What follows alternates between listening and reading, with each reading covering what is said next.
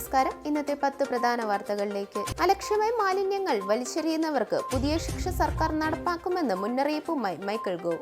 പുതിയ പദ്ധതികൾ അനുസരിച്ച് കുറ്റക്കാരുടെ ഡ്രൈവിംഗ് ലൈസൻസുകളിലെ പോയിന്റുകളടക്കമാകും നഷ്ടമാകുക. UK-യിലെ യൂണിവേഴ്സിറ്റികളിൽ പഠിക്കുന്ന വിദ്യാർത്ഥികൾക്കിടയിൽ തീവ്രവാദ ആശയങ്ങൾ വളരുന്നതായി റിപ്പോർട്ട്. കഴിഞ്ഞ 2 വർഷത്തിനിടെ government preventive counter extremism programme വഴി യൂണിവേഴ്സിറ്റി വിദ്യാർത്ഥികളുടെ എണ്ണം 50% വർദ്ധിച്ചത്. യുദ്ധകളത്തിൽ റഷ്യയെ നേട്ടമുണ്ടാക്കാൻ സഹായിക്കുന്ന അമേരിക്കൻ സൈനിക സഹായത്തെ ഒരു മാസക്കാലം തടഞ്ഞുവച്ചതിന് US പ്രസിഡന്റ് ജോ ബൈഡൻ വെള്ളിയാഴ്ച ആദ്യമായി യുക്രൈനോട് പരസ്യമായി ക്ഷമാപണം നടത്തി. ആരിസോണയിലെ ഫിനിക്സിൽ മുൻ പ്രസിഡന്റ് ഡൊണാൾഡ് ട്രംപ് പങ്കെടുക്കുന്ന പരിപാടിക്കായി ക്യൂവിൽ കാത്തുനിൽക്കുന്നതിനിടെ ചൂടിനെ തുടർന്ന് ക്ഷീണം അനുഭവപ്പെട്ട നിരവധി പേരെ ആശുപത്രിയിൽ പ്രവേശിപ്പിച്ചു. ഈ വർഷം ആദ്യമായി വ്യാഴാഴ്ച 110 ഡിഗ്രി ഫാരൻഹീറ്റ് താപനിലയാണ് രേഖപ്പെടുത്തിയത്. പലസ്തീൻ കുടുംബങ്ങൾക്ക് അഭയം നൽകുന്ന ഐക്യരാഷ്ട്രസഭയുടെ കീഴിലുള്ള സ്കൂളുകളിൽ 33 പേർ കൊല്ലപ്പെട്ടു.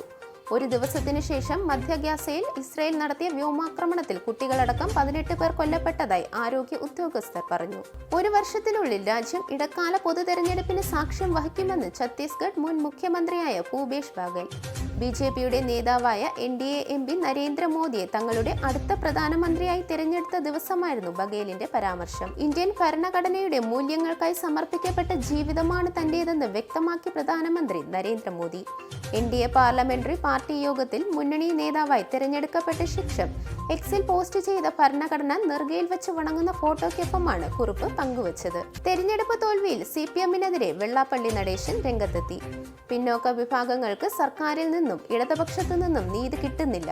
അതിന്റെ തിരിച്ചടിയാണ് തെരഞ്ഞെടുപ്പിൽ കിട്ടിയതെന്നും അദ്ദേഹം കൂട്ടിച്ചേർത്തു. KSRTCയുടെ എല്ലാ ഓഫീസുകളും വൃത്തിയായി സൂക്ഷിക്കാൻ പുതിയ കർമ്മ പദ്ധതിയുമായി ഗതാഗത മന്ത്രി KB ഗണേഷ് കുമാർ. KSRTC ഡിപ്പോകളിലോ ബസ്സുകളിലോ പോസ്റ്ററുകൾ പതിപ്പിക്കരുതെന്നും മന്ത്രി നിർദ്ദേശം നൽകിയിട്ടുണ്ട്. T20 ലോകകപ്പ് ഗ്രൂപ്പ് എയിൽ അയർലൻഡിനെതിരെ വിജയം കുറിച്ച് കാനഡ. 12 റൺസിനാണ് ജയം.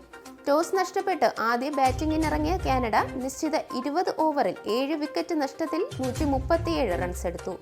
35 പന്തിൽ 49 റൺസ് നേടിയ നിക്കോളാസ് കിർട്ടനാണ് കാനഡ ഇന്നിംഗ്സിന്റെ നട്ടലായത്. ഇതോടെ ഇന്നത്തെ 10 പ്രധാന വാർത്തകൾ പൂർണ്ണമാകുന്നു. കൂടുതൽ വാർത്തകൾക്കും വിശദ വിവരങ്ങൾക്കും Anand TV UK channel subscribe ചെയ്യൂ. ഒപ്പം Anand TV mobile app download ചെയ്ത് സൗജന്യമായി ആസ്വദിക്കും.